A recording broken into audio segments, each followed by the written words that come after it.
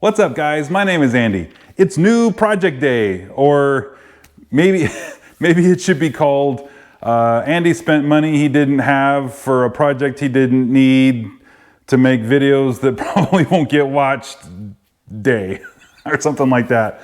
For those that have been following the channel, you know, there's usually a 66 fastback sitting right here, and that's still a paint, so I needed something to kind of fill some of the time, and so I got myself another project to work on while we're waiting. So let's jump right into it.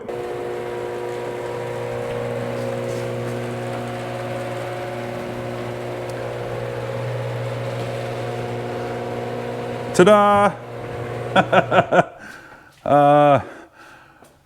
A new project that I didn't need, but that I wanted to work on. Let's take a look at it.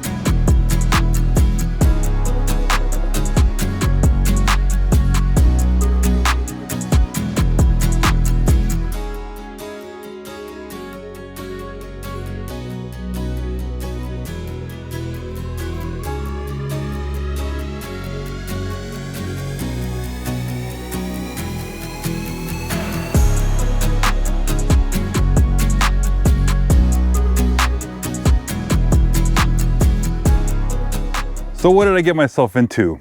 This is a 1968 F100. It's got a 360 4-speed.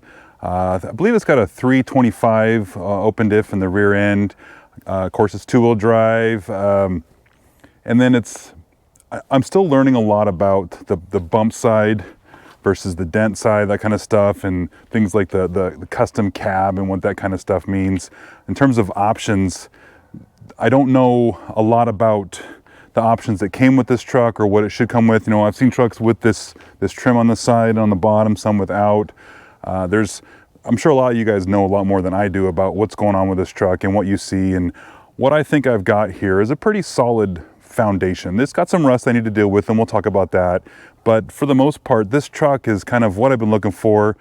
And really, I kind of need to blame the Craig 909, for those that know that channel. He's had quite a few of these bump side trucks on his channel, and of all the vehicles I've been looking at, watching him work through his truck that he has and other trucks that he works with his buddies and stuff, it's just making me more and more, and this truck has kind of moved up the list and things that I've wanted to buy. So I went and bought one and didn't need to, so here's where we're at.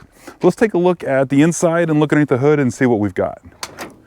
So right off the bat, obviously things like the seat and that kind of stuff is not in the best condition. However, if you guys were looking at the beginning of the video, I got a seat for it. In fact, that was part of the deal when I bought this truck. The guy, he's swapping me out, so I need to get this seat back to him, but he gave me that other one to put in here, so I'll be able to get that out of here and we won't have to worry about this, which should be great. And then, you know, the other things that stand out right off the bat are the very, very common rusty hole in the floor. You know, you're not supposed to be able to put your fingers through the bottom, right? So I'll have to go ahead and get these these floor pans pulled out of here, and I'll weld in some new ones, and that's fine. I can do that. There's a little bit of rust and stuff here or there I got to take care of, but then there's a lot of surface rust and things that are easier to take care of. It's the big holes that are going to be the bigger problems, but I think we can get to it. Moving on in the rest of the cab, For the most part, everything is here. Again, there's a lot of you guys that know more about this than I do in terms of what's available and what works and what is missing or whatever. And I'll go through and figure that out as I go along. I'm not really worried about it because I wanted something that was a project, something I can chip away at, you know, things like the horn button missing and that kind of stuff. It's not that big a deal right now. I think we can deal with that stuff, but the meat of it, the bones are here, and that's the important part. All right. Now moving into the engine bay, this is a lot less exciting than the rest of the truck, particularly because of its condition, but that's okay. This, what is this, 56-year-old truck or something? It's gonna have some rust, it's gonna have some dirt and buildup and grime and lots of pine needles. Those come for free. Didn't pay extra for those. And that's okay. We'll be able to get to it, start chipping away at this stuff and finding out if it runs, how well it runs. There's things like this here. This is the battery tray. So I need a new one of those, but that's okay. In fact, I need a battery, so got to get that first. But yeah, see, yeah, that'll hold, right? That'll be just fine. But that's okay. We can get through this stuff and get that figured out, and then get the truck fired up. But I'm anxious to start digging in and seeing what we have in here and seeing what we have to work with and what we need to upgrade.